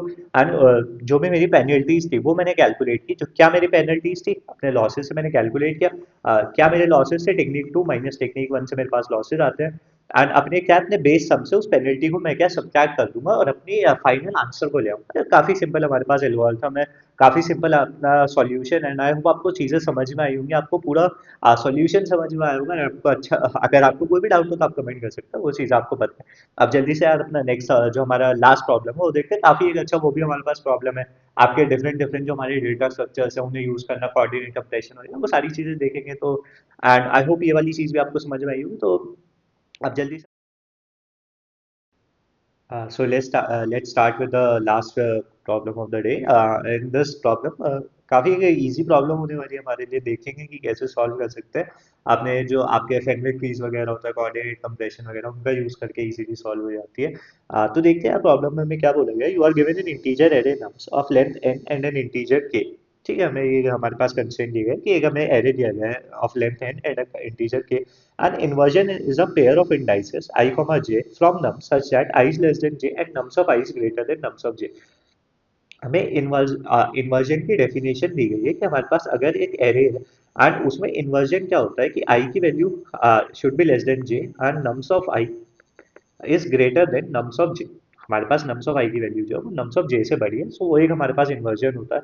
अदर इन्वर्जन काउंट ऑफ सब array is the number of inversion with in it, inversion count हमारा क्या है, किसी भी एक सब एरे के अंदर कितने हमारे पास इन्वर्जन है, इन्वर्जन क्या है जिसमें आई की वैल्यू लेस देन जे है, मतलब कि जो ith एलिमेंट है वो जे से पहले आता है, सेम एलिमेंट हमारे एग्जिस्ट नहीं करते, और उसमें नम्स ऑफ आई की वैल्यू जो है वो नम्स ऑफ जे से बड़ी है। इसी तरीके से आप कैलकुलेट कर सकते हो, 3 2 1 है हमारे पास, तो थ्री जो है वो टू से भी बड़ा है एंड वन से भी बड़ा है, तो इसका इन्वर्जन काउंट हमारे पास टू हो जाता है, फिर टू क्या है इससे भी बड़ा है तो इन्वर्जन काउंट हमारे पास वन हो जाता है इसका, एंड वन का कुछ भी नहीं होगा तो इस सब एरे का इन्वर्जन काउंट हमारे पास क्या होगा थ्री हो जाएगा, तो इस तरीके से हम इन्वर्जन कैलकुलेट करेंगे and return the minimum inversion count among all subarrays of nums with length k, जो भी हमारे लेंथ के जितने भी हमारे पास पर्टिकुलर सब एरेज हैं उन सभी की हमें क्या है उनमें से जो भी मेरे पास मिनिमम सब एरे होगा, मिनिमम सब इन्वर्जन काउंट होगा वो रिटर्न करना होगा, सब array is a contiguous non empty sequence of elements with in an, किसी भी एक एरे के अंदर नॉन हमारे कंटीजियस सब एरे की डेफिनेशन आपको ऑलरेडी पता है, बाकी अगर हम इस वाली प्रॉब्लम में एग्जांपल में देखते हैं तो हमारे पास फर्स्ट जो हमारा सवेरे आता है विच इज सिंपली 312 एंड इसमें हमारे पास दो इन्वर्जन्स है विच इज लाइक थ्री क्या है वन से भी बड़ा है एंड टू से भी बड़ा है, तो उसका काउंट हमारे पास टू आ जाता है, 0 1 एंड 0 2। बाकी वन जो है वो टू से छोटा है तो हम इसे काउंट नहीं करेंगे, तो यहाँ से हमारे पास इन्वर्जन का काउंट टू हो जाता है। फिर के इज इक्वल्स टू थ्री है हमारे पास, तो नेक्स्ट हमारे पास इन्वर्जन आएगा 1 to 5। ये हमारे पास लेंथ होगी 1 to 5 की, जिसमें कोई भी इन्वर्जन नहीं है क्योंकि वन छोटा है 2 और 5 से, टू भी छोटा है 5 से। तो मतलब एक ये क्या है हमारे एक असेंडिंग ऑर्डर में हमारा पूरा सब एरे है, तो इसमें भी इन्वर्जन हमारा क्या है, जीरो हो जाएगा। एंड सिमिलरली आप थर्ड वाले सब एरे की बात करते हो जस्ट 2 5 4, तो इसमें हमारे क्या है इन्वर्जन का काउंट 1 2 होता है क्योंकि 5 इज ग्रेटर देन 4। तो इसका आंसर हमारे पास 1 होता है, तीनों में से मिनिमम वैल्यू हमारे पास क्या है, जीरो है, तो हमारे पास यहाँ से फाइनल आंसर जीरो आ जाएगा। तो अब यह सॉल्यूशन की तरफ चलते हैं, देखते हैं कि कैसे सॉल्व किया जा सकता है इस तरह की प्रॉब्लम को, और क्या काफी अच्छी चीजें हम यहाँ पे सीखने को हमें यहाँ पे मिलेंगी। तो पहली चीज यार हमें समझ में तो आती है कि यार मुझे कुछ यहाँ पे क्या है स्लाइडिंग विंडो काम वाला काम तो यहाँ पे करना पड़ेगा। हम जैसे कि हमने यार ऑलरेडी ये सारी चीज़ें पढ़ी ना कि जब भी इस तरह के सब एरे ऑफ लेंथ के वाली जो हमारे पास प्रॉब्लम होती है कि यार ये आपका सब एरे है और इसमें के लेंथ के जितने भी मेरे पास सब एरेज होते हैं उसमें कुछ कुछ काम हमें करना है, उसके हिसाब से इन्वर्जन काउंट करके, तो उसमें हम स्लाइडिंग विंडो वाला काम करते हैं। स्लाइडिंग विंडो वाला हमारे पास काम क्या होता है कि जो मेरे पास फर्स्ट विंडो है, first this is the first window of length k, जो मेरे पास फर्स्ट विंडो है लेंथ के की, मैं उसका आंसर कैलकुलेट करता हूँ और उसके बाद में स्लाइड करता हूँ विंडो को। तो जब मैं स्लाइड करूंगा विंडो को, फॉर एग्जांपल मेरे पास 1 2 3 4 5 है and this is my first window, और मैं मेरी नेक्स्ट विंडो क्या होगी 2 3 4। तो इस विंडो में मेरे पास क्या चीजें चेंज हुई, एक तो फर्स्ट यहाँ से रिमूव होगा जो मेरे पास फर्स्ट एलिमेंट था, और लास्ट एलिमेंट जो इस नई विंडो का है वो ऐड हुआ। तो जो भी मेरे पास विंडो थी, जो भी मेरे पास करंट चीजें चल रही थी, उसमें मुझे ये दो ऑपरेशंस को काउंट करना होगा कि यार मैं रिमूवल किस तरीके से करूंगा एक एलिमेंट का और एडिशन किस तरीके से करूंगा नए एलिमेंट का। तो ये वाली चीज हमें समझ में आती है कि यार स्लाइडिंग विंडो वाला काम है, क्योंकि केस अब एरे वाली चीजें यहाँ पे हो ही रही है ऑलरेडी, तो स्लाइडिंग विंडो वाली चीजें मुझे यहाँ पे करनी होगी। अब जो नेक्स्ट हमारे पास चैलेंज आता है, वो नेक्स्ट चैलेंज हमारे पास आता है कि यार मैं हर एक जो मेरी विंडो है उसमें इन्वर्जन काउंट किस तरीके से करूंगा, क्योंकि मैं यहाँ पे क्या है यार ब्रूट फोर्सली तो कर नहीं सकता, क्योंकि एन स्क्वायर इसके अंदर ही हमारी के स्क्वायर जो है टाइम कॉम्प्लेक्सिटी चली जाएगी, हर एक इन्वर्जन को काम कर देंगे, एन टाइम्स के स्क्वायर हमारे पास टाइम कॉम्प्लेक्सिटी हो जाएगी, तो बहुत ज़्यादा हो जाएगी, हम नहीं कर पाएंगे अपनी चीज़ों को इजीली उस चीज़ से। तो इन्वर्जन काउंट हम किस तरीके से करना चाहते हैं, हम चाहते हैं यार लॉग एन में ये वाली चीज़ हो जाए। अब इस चीज़ को लॉग एन में करने के लिए हमारे पास यहाँ पे हमारे पास डेटा स्ट्रक्चर्स आते हैं, किस तरीके हमारे पास डेटा स्ट्रक्चर्स आते हैं, एक तो बिट एंड फेडरिक ट्री का हम यहाँ पे यूज़ कर सकते हैं, या फिर हम सेगमेंट ट्री का यूज़ कर सकते हैं, और सेगमेंट ट्री। तो I just want to inform you guys कि मैंने क्या सेगमेंट ट्री में पूरी सीरीज की हुई है, और इस तरह के हम काफी प्रॉब्लम्स उसमें ऑलरेडी कर भी चुका है। अगर आपने वो सेगमेंट ट्री में भी सीरीज देखी हुई होगी तो ये प्रॉब्लम आपके लिए बहुत ही ईजी होने वाली थी, मतलब कि आप बस देखते ही खत्म कर देते, इतनी ईजी आपके लिए प्रॉब्लम होती। तो उसमें मैंने क्या सेगमेंट्री वाले अप्रोचेस से आपको ये वाली चीजें काफी बार कराई थी, तो इस वाली प्रॉब्लम में हम क्या बिट फेगमेंट्री का यूज करेंगे। फेगमेंट्री हम या सेगमेंट्री का इस तरह की प्रॉब्लम से यूज करने का जो मेन रीजन होता है, फेगमेंट्री हमें क्या एक ऑप्टिमल मतलब कि एक इम्प्लीमेंटेशन काफी इजी हो जाती है और इस तरह की प्रॉब्लम्स हमें सॉल्व करने में इजी होती है, जहाँ पर हमें कुछ काउंट और रिमूव वाली चीजें करनी होती है। तो वो देखेंगे कि आप कैसे सॉल्व करेंगे, एक फेगमेंट्री की मदद से कैसे सॉल्व करेंगे और लॉग एन में चीजों को कैसे लाएंगे, और इन्वर्जन काउंट की जो भी हमारे पास चीज़ है उन्हें कैसे कैलकुलेट करें। तो यहाँ पे हम देखते हैं जो हमें पहली चीज़ जो हमारे पास आती है कि यार मुझे यहाँ पे दो जो ऑपरेशन परफॉर्म करने थे, कि एक तो आउट, आउट मुझे क्या कर रहा है कि यार मैं कुछ एलिमेंट को रिमूव कर रहा हूँ, और सेकंड मेरे पास है कि इन मेरे पास कोई एलिमेंट अगर आ रहा है तो उसके हिसाब से मैं अपना इन्वर्जन काउंट किस तरीके से कैलकुलेट करूंगा, जो भी मेरा करंट इन्वर्जन काउंट होगा वो किस तरीके से कैलकुलेट होगा वो देखते हैं। तो आउट वाला जो मेरा ऑपरेशन है उसे थोड़ा सा और ध्यान से देखने की कोशिश करते हैं, इन्वर्जन हम किस तरीके से कैलकुलेट कर रहे हैं। यार आई की value less than equals to j होगी and array of i is greater than array of j, मतलब कि आई जो है वो जे से छोटा है, मतलब कि आई जो है वो राइट में जितने भी उसके एलिमेंट होंगे वो उनमें काम करेगा। फॉर एग्जांपल मैं इस वाले एलिमेंट पे हूँ, मैं ith एलिमेंट पे हूँ, तो उससे जो राइट में एलिमेंट है, मतलब कि जो भी उससे छोटे, यहाँ पे उससे जो भी स्मॉलर राइट में लेफ्ट में मेरे पास मतलब कि राइट में उससे जो भी स्मॉलर एलिमेंट्स है उसके हिसाब से मेरे पास आउट का ऑपरेशन का काम आएगा। तो यार यहाँ पे ये चीज कैलकुलेट करने के लिए हमारे पास जो बेस्ट तरीका होता है, हम क्या करते हैं कि मैं फेनविक ट्री बनाता हूँ। और उस फेनविक ट्री में जो भी मेरे पास नम्स ऑफ आई की वैल्यूज है, यहाँ पे आप कंफ्यूज मत होइएगा, कभी कभी नम्स ऑफ आई लिख दे रहा हूँ, कभी एरे ऑफ आई लिख रहा हूँ, मतलब सेम हो कि एरे की बात कर रहे हैं। तो हम फेनविक ट्री में क्या करते हैं, जो भी मेरे पास नम्स ऑफ आई में चीजें थी, उन सभी की फ्रीक्वेंसीज को मैं क्या वहाँ पे स्टोर करता हुआ चले जाता हूँ। जो भी मेरा ट्री है, फेनविक ट्री है मेरे पास, बिट ट्री है, उसमें उनकी फ्रीक्वेंसीज को क्या ऐड करता हुआ चले जाता हूँ, उसके हिसाब से चीजें कैलकुलेट करूंगा। मतलब कि जो मेरा ith एलिमेंट था, मैं इसे क्या है रिमूव करूंगा। अब मैं जब इस, क्योंकि जब मेरी विंडो स्लाइड करेगी तो फर्स्ट एलिमेंट ही मेरा यहाँ पे रिमूव होगा। तो इस पर्टिकुलर मेरी जो पूरी विंडो थी, इसमें से जो भी स्मॉलर मेरे पास नंबर थे, मैं उन सबका काउंट भी क्या है डिक्रीज कर दूंगा। तो मेरे पास यहाँ पे दो ऑपरेशन होंगे। एक तो जो मैं अपने फेनविक ट्री था उसमें एक अपडेट ऑपरेशन परफॉर्म कर दूंगा। अपडेट ऑपरेशन में जो मेरा आउट किया मैंने एलिमेंट को, उसे -1 से अपडेट कर दूंगा कि इसकी फ्रीक्वेंसी को आप 1 से कम कर दीजिए। और इसमें ही मैं फिर क्वेरी कर दूंगा। और अपने क्या है, जो भी मेरा करंट इन्वर्जन काउंट चल रहा होगा, जो भी मेरा करंट इन्वर्जन काउंट चल रहा होगा, उसमें मैं कैसे कैलकुलेट करूंगा। क्योंकि मैं चाहता हूँ कि यार इससे जो भी स्मॉलर एलिमेंट है वो सारे यहाँ पर आए, और जितने भी उससे स्मॉलर एलिमेंट है वो राइट को ऑलरेडी एग्जिस्ट करते हैं। I hope this is also clear to you guys कि मैं यहाँ पे क्या बोलना चाह रहा हूँ। कि मैं बोल तो रहा हूँ कि यार जितने भी उसके राइट में एलिमेंट है, तो और वो मैं क्या सेगमेंट ट्री से करना चाह रहा हूँ, और मैं क्वेरी करूंगा सिंपली 1 से आउट -1 तक। और आउट -1 तक की क्वेरी करने का मेरा रीजन यही है, क्योंकि हम क्या सेगमेंट ट्री में उनकी फ्रीक्वेंसीज को स्टोर करेंगे और उसके हिसाब से काम करेंगे। लाइक मैं आपको एक एग्जांपल से बताता हूँ, तो थोड़ा सा आई होप आपको चीजें क्लियर होंगी। मेरे पास nums of array which is simply 3 1 2 5 4, ये मेरे पास क्या है, मेरा नम्स का एरिया है। अब मैं फेनविक ट्री बनाना चाहता हूँ, और मेरे पास जो फर्स्ट विंडो है, हम एक एक विंडो के हिसाब से काम करेंगे। फर्स्ट विंडो मेरे पास आती है 3 1 एंड 2, ये मेरे पास फर्स्ट विंडो आई। अब मेरे पास जो फेनविक ट्री होता है, मैं उसे बनाने की यहाँ पे कोशिश करता हूँ। तो फेनविक ट्री मेरे पास है, just use a different pen for this, let's use the green one. So ये मेरे पास एक फेनविक ट्री है मेरे पास, मैं इसे बिट ट्री बोल देता हूँ। हमारे पास zero which is this is 1 2 3 4 5 6, हमारे पास यही सारे एलिमेंट्स हैं। एंड हम इन सब की फ्रीक्वेंसीज को स्टोर करेंगे यहाँ पे कि ये एलिमेंट मेरे पास ऑलरेडी आ चुके हैं। अब जब मेरे पास 3 आया, तो मैं क्या करता हूँ, मैं 3 पे जाके +1 कर देता हूँ कि यार ये मेरे पास आ चुका है, तो 3 की फ्रीक्वेंसी हमने ऐड की। नेक्स्ट मेरे पास 1 आया, तो मैंने जाके 1 को ऐड कर दिया। थर्ड मेरे पास 2 आया, तो मैंने 2 को जाके ऐड कर दिया, और उससे नीचे जितने भी एलिमेंट्स हैं उनकी फ्रीक्वेंसीज को मैंने इंक्रीज कर दिया, तो मेरे पास वो वहाँ पे 2 हो जाती है। जो भी हम ऊपर जाके चीजें कर लेते हैं, इस तरीके से हम क्या अपने फेनविक ट्री को अपडेट कर देंगे। और हमें पता लग जाएगा कि यार कौन कौन से एलिमेंट्स ऑलरेडी आ चुके हैं, कौन कौन से एलिमेंट आगे आएंगे। तो यहाँ पे जो मेरा इन वाला ऑपरेशन था, उस इन वाले ऑपरेशन में मैं क्या करूंगा, मैं फेनविक ट्री में अपडेट करूंगा जो भी मेरा इन था, उसमें +1 कर दूंगा कि यार ये मेरा इन हुआ, इसमें मैं +1 कर देता हूँ। और जो मेरा करंट इन्वर्जन काउंट चल रहा था, उसमें मैं ऐड कर दूंगा, क्वेरी करूंगा। क्वेरी मेरी क्या होगी, इन्वर्जन +1 से मेरी जो भी मैक्सिमम वैल्यू होगी, मैं वहां तक जाऊंगा कि मैं ऊपर तक जाता हूँ, और मैं देखता हूँ कि जो भी मेरे से बड़े एलिमेंट्स हैं, जो कि ऑलरेडी पहले आ चुके हैं मेरी विंडो में, वो उन्हें मैं काउंट कर लूंगा। उसके हिसाब से मेरे पास क्या चीजें आ जाएगी।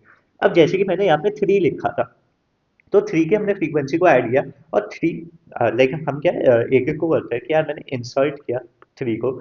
इंसर्ट करने के बाद 3 से मैंने अपडेट कर दी 3 की वैल्यू को +1 से, और उसके बाद हमने जो भी उसकी वैल्यूज है उन्हें इंसर्ट किया। और जब हम क्वेरी करने गए कि मेरा करंट इन्वर्जन काउंट क्या है, तो यार क्योंकि मेरा सब एरे में भी एलिमेंट ही 3 है, पर मैं जब क्वेरी भी करूंगा तो क्वेरी मेरे पास होगी सिंपली 3 + 1 4 से मैक्सिमम वैल्यू, फॉर एग्जांपल मेरे पास 6 ही है, मैं अभी 6 की वैल्यू से हम चलते हैं।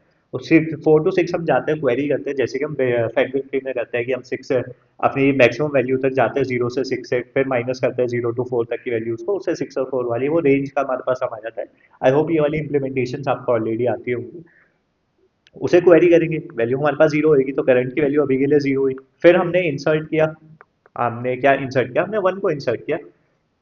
तो अब हमारे पास सब एरे हो गया, 3 1 हो गया, पर हमें 1 से उसके एक, तो जब हमने 1 को ऐड किया, तो हमने देखा इस पूरे एरे में, मतलब कि जो भी हमारे अभी तक आ चुके हैं, क्योंकि जब हम कुछ इंसर्ट कर रहे हैं, तो उससे पहले वाले एलिमेंट ही उसका इन्वर्जन को कंट्रीब्यूट करेंगे। तो 1 से बड़े वाले एलिमेंट हमारे पास क्या हुआ, तो हमारी जो करंट की वैल्यू थी उसमें प्लस हम कर देंगे क्वेरी। और 1 से बड़ी हमारे पास 2 से 6 तक हम देखते हैं, 2 से 6 वाले में हमारे पास एक 3 आ रहा है ऑलरेडी।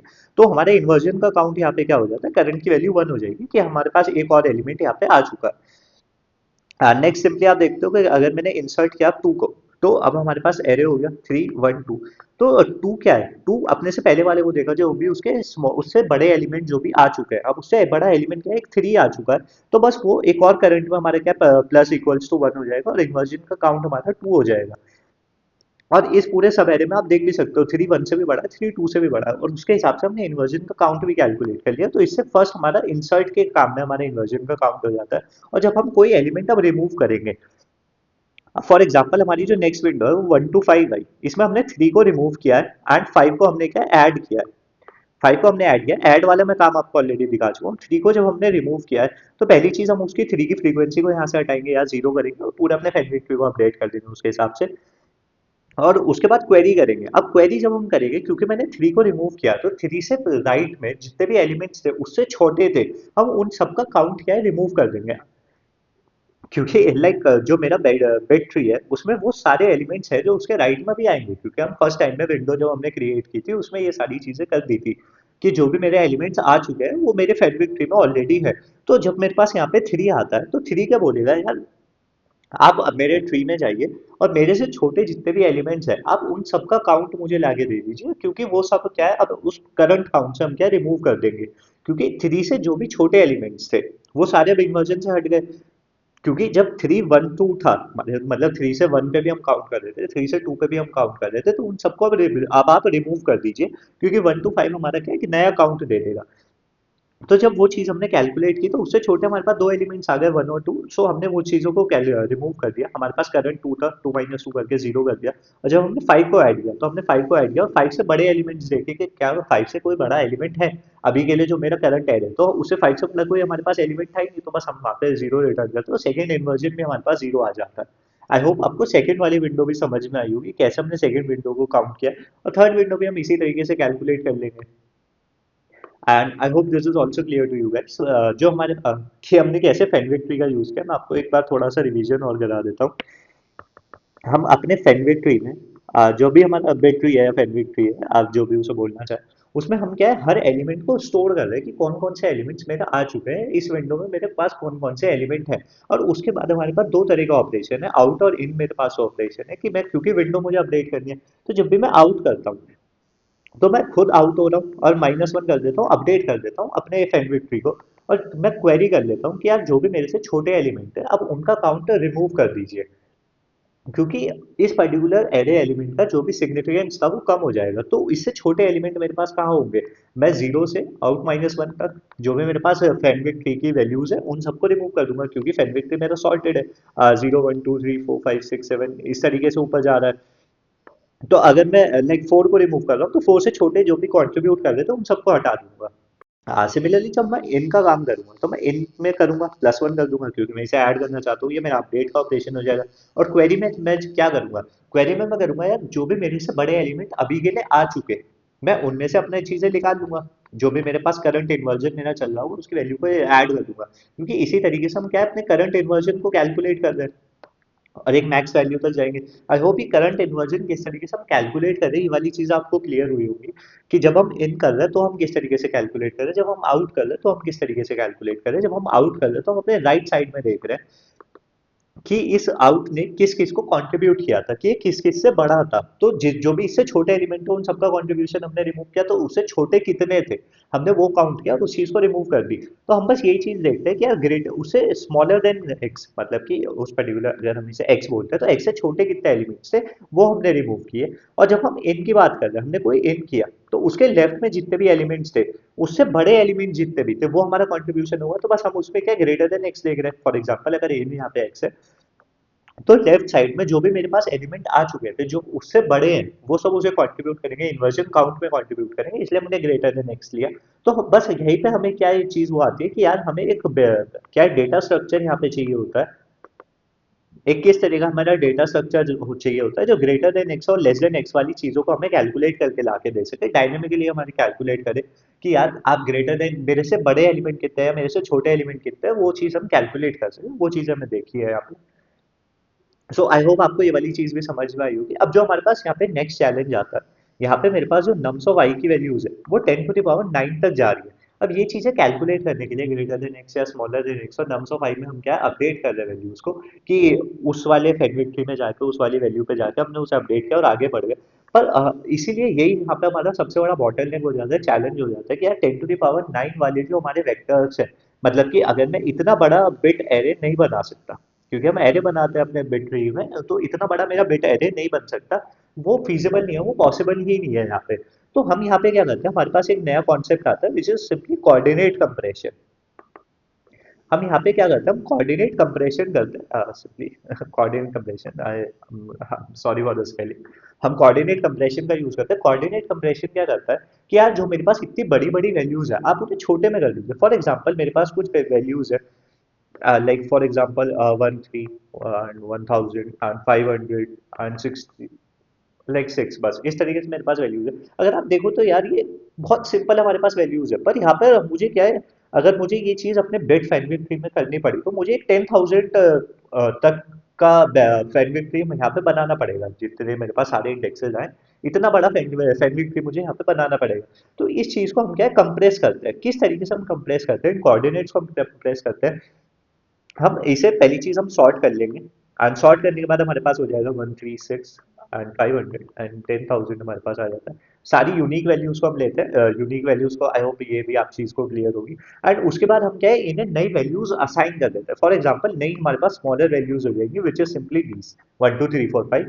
ये हमारे पास नई new smaller values for these, इस पर्टिकुलर एरे के लिए जो भी हमारे पास एरे है जो हमने सॉर्ट किया है, जिसमें कि हमने सारी यूनिक वैल्यूज को क्या है स्टोर किया है। अब फॉर एग्जांपल 500 अगर 10 बार आ रहा है तो मैं उसे 500 को 10 बार भी आए तो वो 4 से ही मैं रिप्रेजेंट करना चाहता हूँ, तो इसलिए हम सिर्फ यूनिक वैल्यूज को वहाँ पे लेते हैं। उन्हें हमने सॉर्ट किया और उन्हें हमने नई वैल्यूज असाइन कर दी, नई स्मॉलर वैल्यूज असाइन कर दी। तो हम यहाँ पर हमारे पास जो बिट का एरे है वो कभी भी 10 to the power 5 से बड़ा नहीं जाएगा, क्योंकि मेरे पास एरे का जो साइज है, जो मुझे एरे दिया जाएगा उसमें मेरे पास 10 to the power 5 एलिमेंट्स ही हो सकते हैं। अब फॉर एग्जांपल वो सारे एलिमेंट्स अगर मेरे पास बहुत बड़ी वैल्यूज के भी आते हैं तो भी मैं उन्हें क्या कंप्रेस कर पाऊंगा और अपना काम कर लूंगा इजीली। अब ये जो मैंने कंप्रेशन किया है इस चीज को करने के लिए हमारे पास दो तरीके होते हैं, we have two methods for this. पहला हमारे पास होता है कि हम एक हैश मैप का यूज कर लेते हैं, पर वो रन टाइम में हमारा स्लो होता है। अगर हम टाइम कॉम्प्लेक्सिटी की बात करें तो वो ओफ वन में हमारे चीज ला देगा या लॉग एन में हमारा सर्चिंग वगैरह कर देगा। बट वो इंसर्शन ओ वन में हमारा सर्चिंग थोड़ा सा लॉग एन में हो जाता है। हाँ, मतलब कि चीजें ढूंढनी वहां पे हम मैप का यूज कर सकते हैं कि यार मेरे पास जो 500 वाला है उसे हमने मैप कर दिया 4 से, या 10,000 को हमने मैप कर दिया 5 से, तो वो एक तरीका है। सेकंड जो हमारे पास एक बहुत ऑप्टिमल तरीका होता है जो हम कॉम्पिटेटिव प्रोग्रामिंग में काफी ज्यादा यूज करते हैं, बाइनरी सर्च का यूज करते हैं। किस तरीके से बाइनरी सर्च का यूज करते हैं, अगर आप ध्यान से देखोगे तो ये सॉर्टेड एरे जो था इसके जितने भी एलिमेंट्स है ये इसके इंडेक्सेस ही तो है। तो बस हम क्या करेंगे, हम लोअर बाउंड या अपर बाउंड कैलकुलेट करेंगे, बाइनरी सर्च का यूज करेंगे, आपके एसटीएल में होता है। और फॉर एग्जांपल 500 है, हमने बाइनरी सर्च किया तो हमारा इसका इंडेक्स आ गया, इंडेक्स आया 4। तो यही हमारी क्या है इसकी कंप्रेस्ड वैल्यू है, और हम इसी कंप्रेस्ड वैल्यू का यूज करेंगे अपने बेट फैमिली ट्री में और सारी चीजों में। मैं आपको थोड़ा सा ऊपर से ओवरव्यू दे रहा हूँ, अगर आप बहुत ज्यादा डिटेल में कोऑर्डिनेट कंप्रेशन और ये सारी चीजें देखना चाहते हो आप प्लीज सेगमेंट की मेरी पूरी सीरीज देखिए।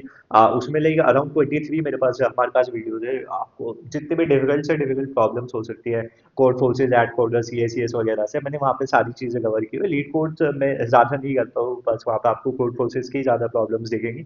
पर ये कोऑर्डिनेट कंप्रेशन वाले कॉन्सेप्ट्स और ये सारी शायद थर्ड या फोर्थ वीडियो में आपको दिख जाएगा, और उसके बाद बहुत ऊपर लेवल गया है सारी वीडियोस का, तो आप वहाँ से कवर कर सकते हैं अगर आप बहुत ज़्यादा डिटेल में देखना चाहते हैं। बाकी आई होप ये वाली चीज़ें आपको क्लियर हुई होंगी।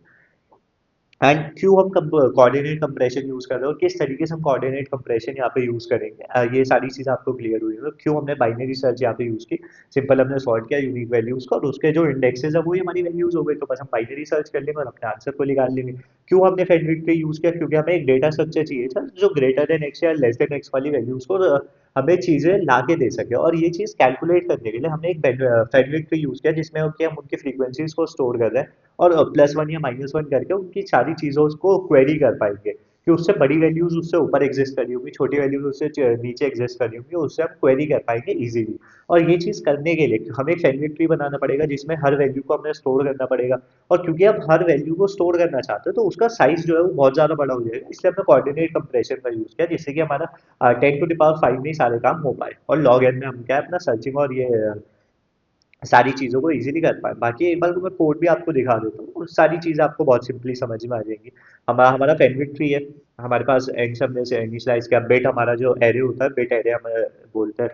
हमने इनिशियलाइज किया। अपडेट हमारा ऑपरेशन किस तरीके से काम करता है, query operation and range query. मैं ये चीज़ें नहीं बस समझाना चाहता हूँ आपको, क्योंकि ये बहुत ज़्यादा डिटेल में फिर वीडियो चली जाती है। बाकी मैं जल्दी से जल्दी सेगमेंट ट्री पे भी अपनी पूरी प्लेलिस्ट लेके आऊंगा, बहुत अच्छे अच्छे प्रॉब्लम्स इसमें और भी देखेंगे। वरना आप सेगमेंट ट्री से भी इसे इम्प्लीमेंट कर सकते हो। बाकी आपको इम्प्लीमेंटेशन आता भी होगा, मैं इसे बहुत डेप्थ में समझाने भी जाऊंगा तो बहुत लंबी वीडियो हो जाएगी। हम यहाँ पर बस प्रॉब्लम सॉल्व करने हैं, क्या हमारा मेन पर्पस है। हाँ, बाकी यहाँ सॉल्यूशन भी आप देखोगे तो सॉल्यूशन भी सिंपल ही है हमारे पास। हमने कोऑर्डिनेट कंप्रेशन किया, सबसे पहले हमने वैल्यूज को सॉर्ट किया, फिर सारी यूनिक वैल्यूज को लिया और इरेज कर दिया जो भी हमारी यूनिक वैल्यूज नहीं थी कंपोनेंट डॉट एंड तक। और उसके बाद उनका क्या है, नम्स ऑफ आई में उनके कोऑर्डिनेट कंप्रेस को स्टोर किया, लोअर बाउंड से हमने कैलकुलेट किया, वो बाइनरी सर्च से मैंने आपको बताया था। माइनस किया क्योंकि हम क्या है, लोअर बाउंड एक आइटरेटर हमें पास ऑन करता है, इसलिए हमने माइनस किया और प्लस वन कर दिया, क्योंकि वन बेस्ड इंडेक्सिंग के हिसाब से हमने चीज़ों को सॉर्ट किया। फेडरिक टू इनिशियलाइज किया, इन्वर्जन को काउंट किया, जो फर्स्ट इन्वर्जन है हमारे, जो फर्स्ट के हमारी जो फर्स्ट विंडो है, यहाँ पे हमने क्या फर्स्ट विंडो को हमने कैलकुलेट किया। फर्स्ट विंडो में हमने क्या रेंज क्वेरी किया, nums of I plus one inversion हम कर रहे हैं और फिर अपडेट कर देते हैं वैल्यूज को प्लस वन से, क्योंकि यहाँ पर हम क्या है एक इन वाला काम कर रहे हैं, इन वाला ऑपरेशन कर रहे हैं। पहले हमने क्वेरी किया जो भी हमसे बड़े वैल्यूज थे और फिर अपनी वैल्यू को ऐड कर दिया अपने ट्री में, एंड फिर फाइनली आंसर को कैलकुलेट करेंगे। के से हमने स्टार्ट किया, एंड तक हम गए। हमने आउट को कैलकुलेट किया, जो भी हमारा आउट है जिसको भी हम रिमूव कर रहे हैं, अपडेट किया, क्वेरी किया, इन्वर्जन में से उसे सब्ट्रैक्ट किया रेंज क्वेरी करके, आउट माइनस वन तक हम वन से आउट माइनस वन की रेंज में हमने देखा। एंड सिमिलरली फिर इन वाला ऑपरेशन किया, नम्स ऑफ आई से ऐड की चीज़ों को फिर अपडेट कर दिया और आंसर को अपडेट करते गए, क्योंकि हर एक सब एरे को हम देख रहे हैं और हर सब एरे में से मिनिमम वैल्यू हमें चाहिए थी, तो इसलिए हम आंसर को अपडेट कर रहे हैं हर एक वैल्यू के हिसाब से, फाइनली रिटर्न कर देंगे आंसर को। सो यार यही इस पर्टिकुलर प्रॉब्लम का सॉल्यूशन था, एंड आई होप आपको सारी सॉल्यूशन समझ में आए होंगे। ए वाले में हमने सिंपल एक अपने जो हम डिवाइजर्स को कैलकुलेट करते हैं, डिवाइड करिए चीज़ों को, वो अपने ऑप्टिमाइजेशन से देखा। बी वाले में हमने जो पैरेंथेसिस को जनरेट करना देखा, काफ़ी एक अच्छी चीज़ है, हमने नई चीज़ें वहाँ पे देखी। एंड सी वाले में हमने ग्रीडी अप्रोच देखा, ग्रीडी किस तरीके से यूज़ होती है। डी वाले में हमने से ये आपके सेगमेंट की कोऑर्डिनेट कंप्रेशन के कॉन्सेप्ट देखे, greater than less than x greater than x वाली चीज़ों को कैसे यूज़ किया जाता है। एंड सारी चीज़ें क्या है, मैं प्लेलिस्ट चैनल पे ऑलरेडी कवर कर चुका हूँ, आप ये नंबर थ्योरी वाली प्लेलिस्ट से देख सकते हैं फर्स्ट वीडियो को। सेकंड वीडियो थोड़ी सी इम्प्लीमेंटेशन बेस्ड थी, मैंने आपको यहाँ पे पूरी कोशिश की अपनी समझाने की कि आपको वो चीज़ समझ में आई होगी। थर्ड वीडियो आप सिंपली ग्रीडी एल्गोरिथम्स में मैंने काफ़ी चीज़ें कवर की हुई है, आप वहाँ से देख सकते हैं। एंड थर्ड वीडियो क्या, फोर्थ वीडियो के लिए आप क्या सेगमेंट भी देख सकते हो, कोऑर्डिनेट कंप्रेशन, ये दोनों चीज़ें मैंने आपको लिए क्लियरली समझाई हुई है। एंड ये इन्वर्जन वाली भी एक और प्रॉब्लम है, कोड फोर्सेस पे एग्जिस्ट करती है, वो भी मैंने सॉल्यूशन उसका डाला हुआ है, आप वो भी देख सकते हो। आपके और प्रैक्टिस के लिए मैं आपको ये सारी चीज़ें बता रहा हूँ, जिससे कि आप अपने कॉन्सेप्ट को और ज़्यादा क्लैरिफाई करना चाहते हो और ज़्यादा अच्छा करना चाहते हो। एंड ये फर्स्ट वीडियो थी यार, मैंने पहली बार कोई कॉन्टेस्ट कवर किया है। अगर आपको अच्छा लगा सॉल्यूशंस आपको पसंद आया तो आप प्लीज़ कमेंट में बताइएगा, मैं कोशिश करूंगा ज़्यादातर सारे कॉन्टेस्ट ही कवर करने की। फिर and please do like the video if you like the solution, if you like all the solutions, and अगर आपको चीज़ें अच्छी लगी, आपको चैनल चल समझ में आ रही चीज़ें, and please do comment and please let me know. अगर आपका कुछ भी डाउट होता है, आपको अच्छा लगता है, तो please let me know, please do comment, and please do share it with your friends. It really means a lot to me when you share, and please do subscribe if you guys want me to make more such videos and want me to support you. So and that's it for this video, and have a nice